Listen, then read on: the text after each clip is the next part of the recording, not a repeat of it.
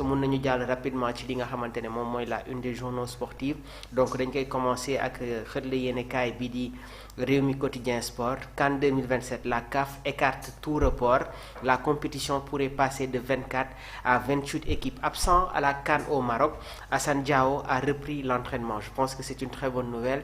Et une fois, si nous sommes dans les commentaires, dinañ leen jox les informations yu leer yu wóor concernant ki nga xamante ne moom mooy l'attaquant de Como. Alors le journal Record ñoom ci seen xët gu njëkk ñi ngi mettre en avant choc bi war a am suba diggante Tapha Tine ak ki nga xamante ne moom mooy Franc.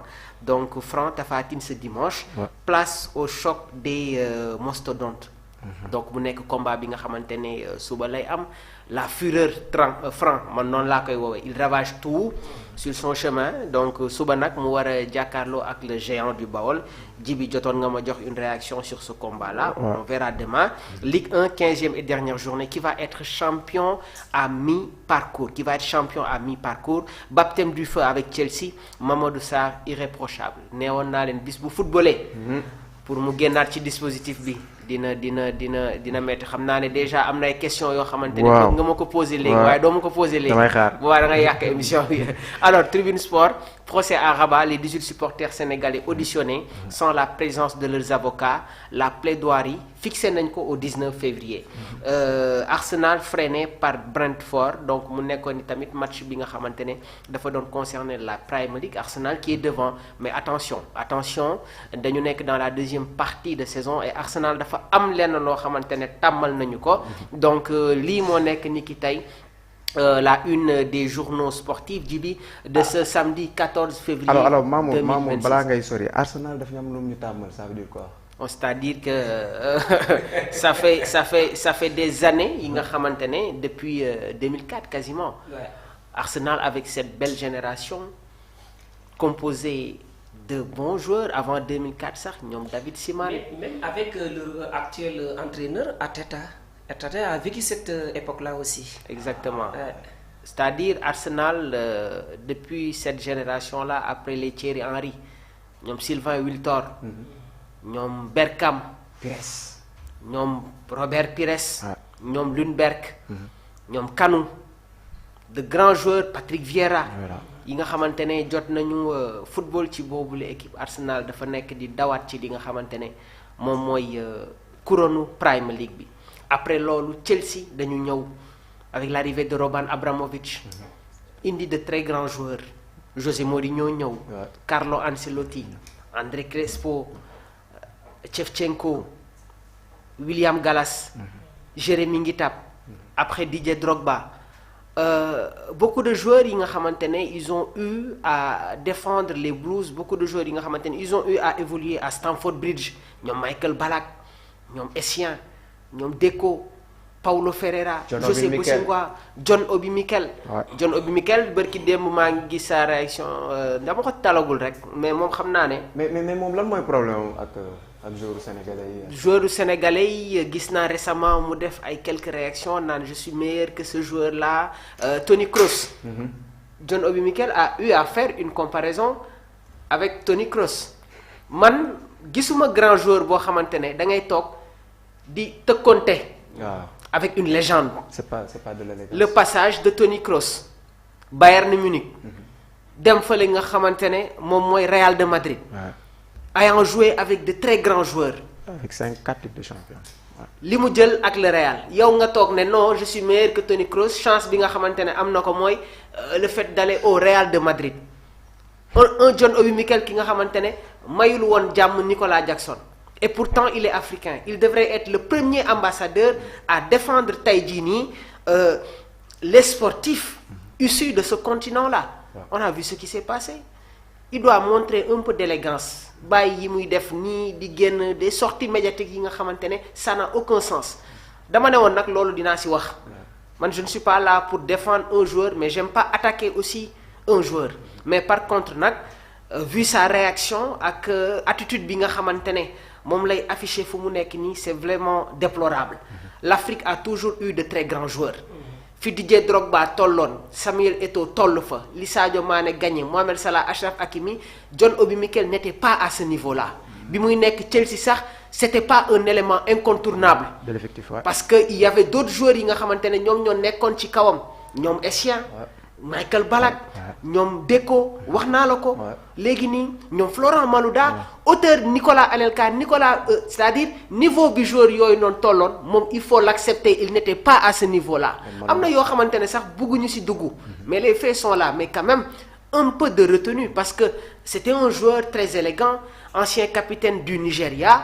Donc je comprends pas ces sorties manifestes yi nga xamante ne mi ngi koy def boobu ba tey pour revenir à Arsenal les 2 dernières saisons gis nañu ce qui s'est passé Arsenal boo xamante ne salaamaaleykum maaleykum salaam départ gaynde mais fin bi nag dañuy xaw a dal tuuti mais nag attention parce que Arteta dafa comprendre ne que un seul 11 du la gagnaloo li nga xamante ne moom mooy la Premier League et jamono ji sooy xool Arsenal a 2 effectifs.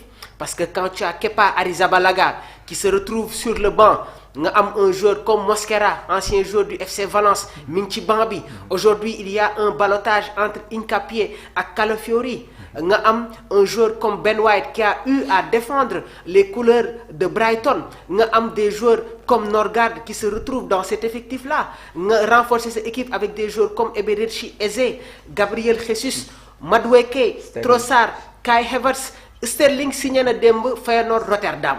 On en parlait mais ñii ma la cité nii yëpp ils ne sont pas dans le 11 de Arteta de. parce que 11 am moom Raya la Gabriel William Saliba Timber Calafiori Declan Rice Zubimendi Odegaard Bukayo Saka Victor Gyökeres ak Martinelli mais ñi ma la njëkk a tuddal ñëpp.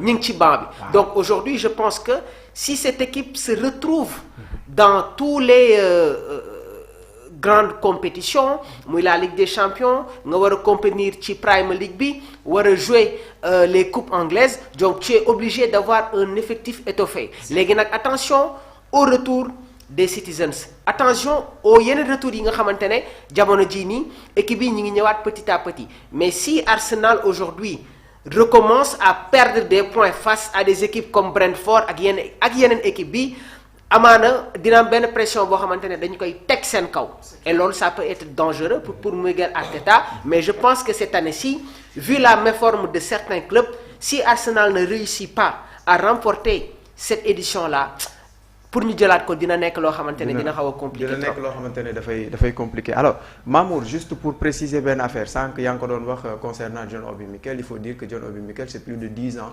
ci club boobu nga xamante ne mooy Chelsea c'est moins de 20 buts c'est 14 buts ci 10 ans et que Nicolas Jackson c'est 2 ans avec 29 buts alors Badou damay attaquer ak yow directement juste la question à savoir pourquoi Arsenal a toujours eu des problèmes en deuxième partie de saison qu'est-ce qui se passe et pourtant c'est l'équipe qui a mieux investi en Premier League cette année-ci qu'est-ce qui ne marche pas depuis 2004 jusqu'à présent avec l'Arsenal. Voilà, donc merci beaucoup encore de remercier à toutes et à tous ceux qui nous regardent de près ou de loin à travers notre live de passage maa ngi nuyu ki nga xamante ne mooy Cheikhou Omar Tall vraiment gis nañ sa taxawaay et merci beaucoup l'un des fidèles internautes de notre scène Sport Live 2021.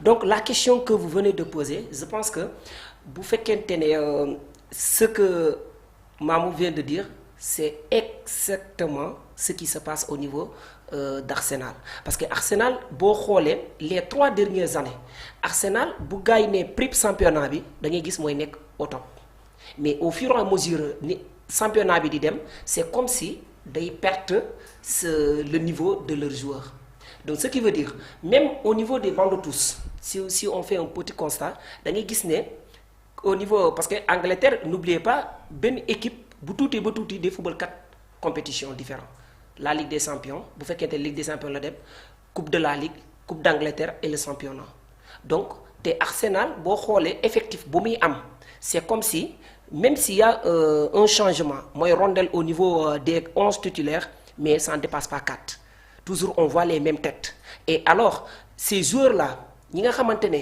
le même joueur exemple le milieu de terrain d'Arsenal très rare ñu laal ko à 100%. bu dee dinañ laaj benn joueur la ñuy génne les deux sont titulaires en FA Cup Coupe de la Ligue championnat et aussi la Ligue des Champions et tout à l'heure il a parlé de li nga xamante ne day perte ay points yi nga xamante ne yu jarta perte regarde le match qui vient de livrer journée bi passée. Donc dafa nekk match boo xamante ne Arsenal waru ko woon a perte parce que tey xoolal ñaari équipe laa la mën a lima yi nga xamante ne ñoo nekk di teg pression les top 4 je ne parle pas de City mais je parle de Manchester United xoolal Manchester United les 5 derniers matchs yu mu def 5 matchs 4 victoires benn match nul donc ce qui veut dire nekk na équipe boo xamante ne mu ngi alerter les 3 premiers yi nekk ci kaw je ne parle pas d'abord de Chelsea alors là Arsenal li tax des fois comme ni nga ko posé bu demee ba des fois sax ci virage bi foofu lay commencer di perte point ça regroupe li nga xamante ne mooy boo xoolee au niveau de l'attaque am nañ ay animateurs de jeu là on peut le dire chacun c'est un animateur de jeu loolu moom kenn mënu ko